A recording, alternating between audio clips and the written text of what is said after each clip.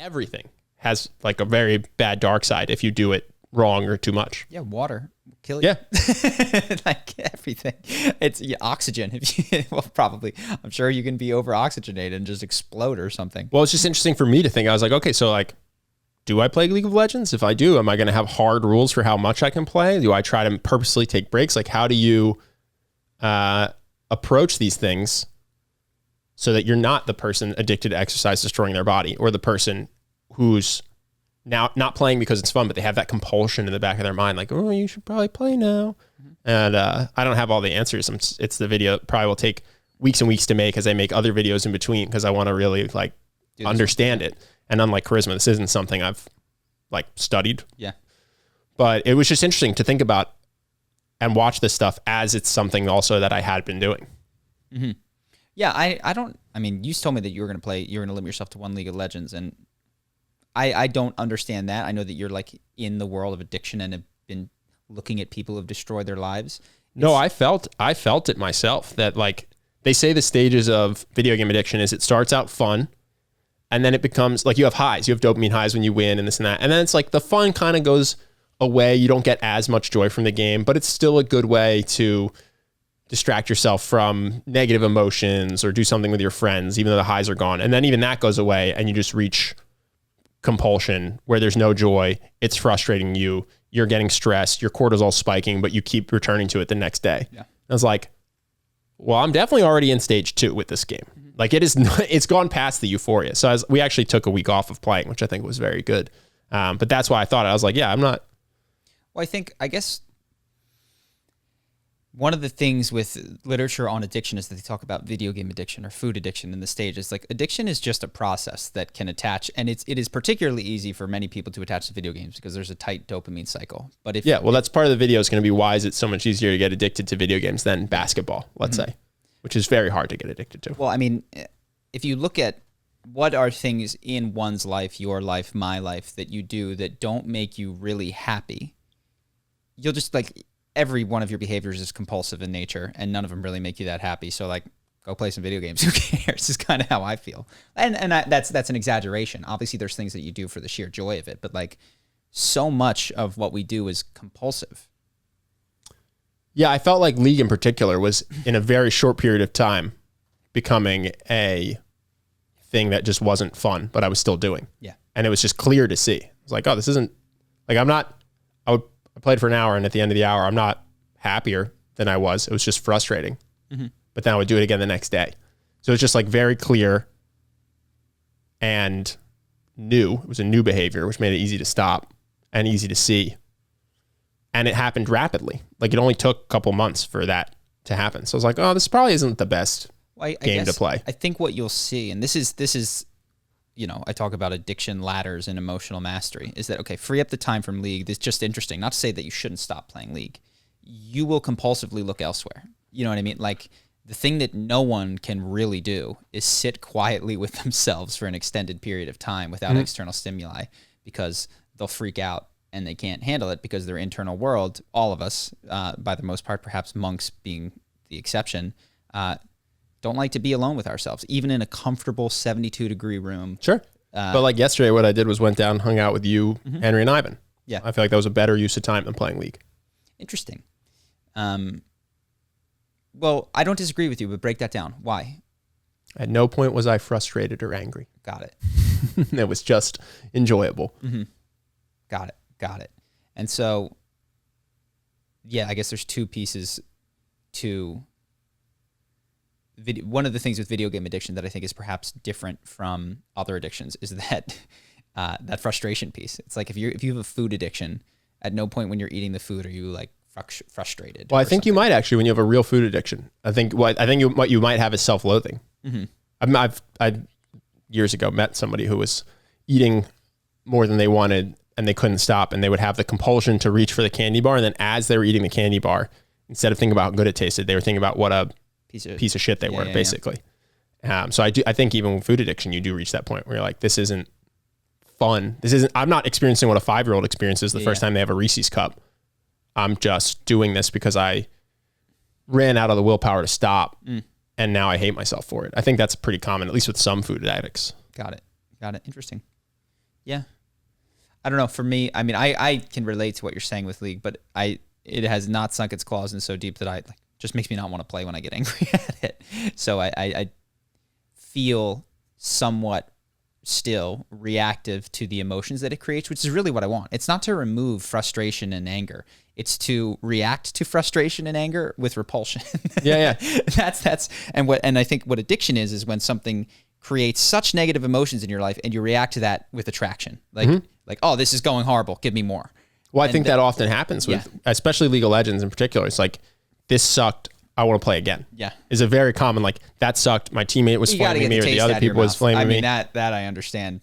Well, that's the thing. So that's what makes it, then it becomes, then you might have 2 or 3 games in a row where you're not actually ever enjoying yourself, but you're just doing it to get because we're not good enough to win every game. And so that's the other aspect is there's an experience. Every game. You don't have to be frustrated. Right. And then there's that sense of progress or growth, or that victory's right around the corner, which is another part of why League is so well designed to keep you playing, because you often feel like the loss wasn't your fault. So like, oh, let's just run it again. With better luck, I'll win. And now you've played a bunch of games. None of them were particularly fun. Your cortisol's up. And it's just like, it's just not necessarily the best use of time.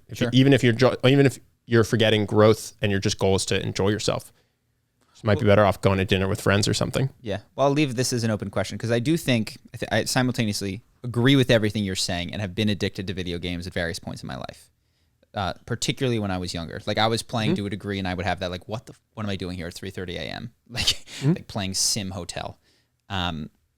And then my dreams would be that stupid elevator going up and down, and it was bad. And then I'd wake up in the morning and I would swear it off and I'd do it again. The only way that I ever quit Star Wars was by at 3 a.m. snapping the CD and being like, oh, that was a good thing. And then I woke up in the morning and was, what have you done? Yeah. But you just couldn't, it wasn't like today where you can just re-download it from Steam. Yes. I mean, that's even more dangerous part. Dude. That was it. Today you just, I'm going to delete League, and then it's free and you just download it. The next day you can solve that problem in 10 minutes. Whereas as a kid, you break the CD, your parents aren't buying you another CD. Yes. So anyway, I recognize that, but I think there's another piece that we've talked about, which is video games are at their best games, and games are one of the best parts of being alive. Sure. Like playing games is an important thing. And I do agree that there's a variation in the way that a game is set up that can make it more tilting versus more fulfilling. And so I'd be curious, like what the elements are of a game that brings more of the positive with less of the negative.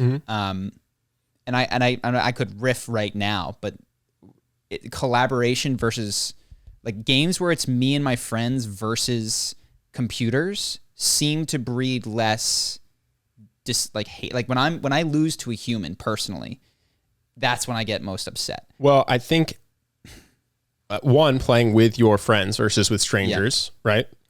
Because if you have a stranger on your team that they're doing poorly, that can be frustrating. 2, having an opponent that talks shit to you, like even if they're beating you. And this is true. These are parallels to sports, because as I'm making the video, I'm thinking, well, how does this differ from basketball? Yeah. When you play with 5 people on your team and you know a friend isn't good, but you brought him to the court to play and they mostly pass the ball, it's fine. You know what I mean? Like you knew that's what they were going to do, hustle and play defense and not take shots. They were going to be Ben Simmons. Yeah. League is weird because you're with a stranger, and if they aren't good, they can benefit the other team. Like a basketball player scoring on their own hoop, which would never happen. Like the game is designed so that the bad people make the good people even stronger. And in basketball, it's not the case. So you don't really hate your friend that you brought, that you knew was going to be bad, that's trying his hardest, that's not shooting. Because it's like, listen, maybe your defender's going to float off you to double team someone, but you're not actively scoring on the other team or like tying my shoelaces together when I'm not looking. Whereas in League, it feels like a bad teammate can do that. So it breeds inter-team conflict more because of that.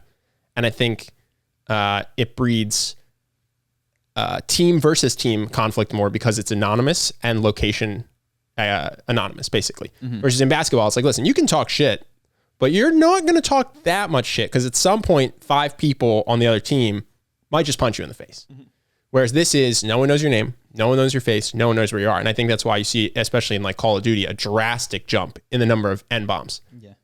You don't do that when you go play basketball in Venice. That's not how you talk shit. Even when you talk shit, you don't talk it like that. Because you'll get really hurt. And so I think that aspect breeds more toxicity. So I think you have a game that is similar to basketball in a lot of ways, and that is 5-on-5, but has inherent aspects that make it much more toxic and much more frustrating than a traditional game would be. Yeah. Well, as I'm thinking, I think there is something very fantastic about human-to-human competition. But when I think of like as a kid, the games that we invented and played and didn't have rules that like, it was often us versus the environment or something. And I even think of D&D, which is like this, which is it's you versus the world of the game master. But even he's antagonistic, but he's not trying to kill you. But we also played paintball and loved it, which is friend on friend. Yeah. And we played basketball and loved it. I think, yeah, what was it about? I mean, paintball is literally shooting each other and it hurts and we loved it. Yeah. Yeah. I'll have to think more on it. I don't want to take the time here to just. Oh yeah. I have a little bit of an advantage because I've thought about this for the video, but I think for instance, it's not necessarily that it's human versus human competition. I think human versus human game competition has been around for a while and often ends with a hug. Even fighters will talk shit all throughout the lead up to the fight, try to beat each other up for 5 rounds, and then hug, and the beef is squashed. Well, I think what you're saying is it's like when the winner has social pressure, or because it was a fight, there's something that makes you be gracious in victory, which makes it easier to lose. And so there's something about a fight which is like, dude, we just got real with each other and like, good fight. Yeah. And so it's even that gracious winning is something that doesn't exist in League. No one ever talks shit in paintball the way people do in League of Legends. Yeah. And that's not true. People say GG, it's not totally the case, but it's on the good end you get GG because they're too lazy to abbreviate good game. Yeah. And on the bad end you get racist slurs, homophobic slurs, general like as pointed trash talking as they can about your mother and your performance. It's like that's the spectrum. On the best end, GG. Yeah. Yes, that's interesting. Yeah, gracious winners, I think, makes losing. Even when you play paintball against strangers, you would never walk up to them afterwards and just say, "You guys fucking suck. You're all stupid." Yeah, what you do is like, dude, when you came up behind me, I thought I was dead. Yeah. Then I turned around and shot you. Yeah. Yeah. If anything, it's oh my god, you scared me so bad, dude. Yeah. And in basketball, particularly when the shit talking does go too far, people fist fight on the court. There is a natural gate. There's a lid for how much you can talk trash before someone will just punch you in the face. Doesn't exist in League. So it leads to a lot of pent up frustration and toxicity towards each other. And I think there's some unique aspects to it relative to in-person games and relative to one-player video games against a computer you're designed to ultimately beat. And also, even if you can't, you just probably stop. If you're playing Dark Souls and you can't beat it, you just go on next game. Yeah. Like there's something unique to, I think, shooters and League of Legends that makes them uniquely frustrating but addicting. Yeah. Cool. Hope that you guys enjoyed that clip. If you want to see more like this and have us do more podcasts, we are 100% funded by our generous patrons. And if you'd like to contribute, there's a link in the description and we'll have one pop up on the screen right here so that we can do more podcasts where we have fun conversations and hopefully some deep ones like this. Either way, hope that you enjoyed the video and I will see you in the next one.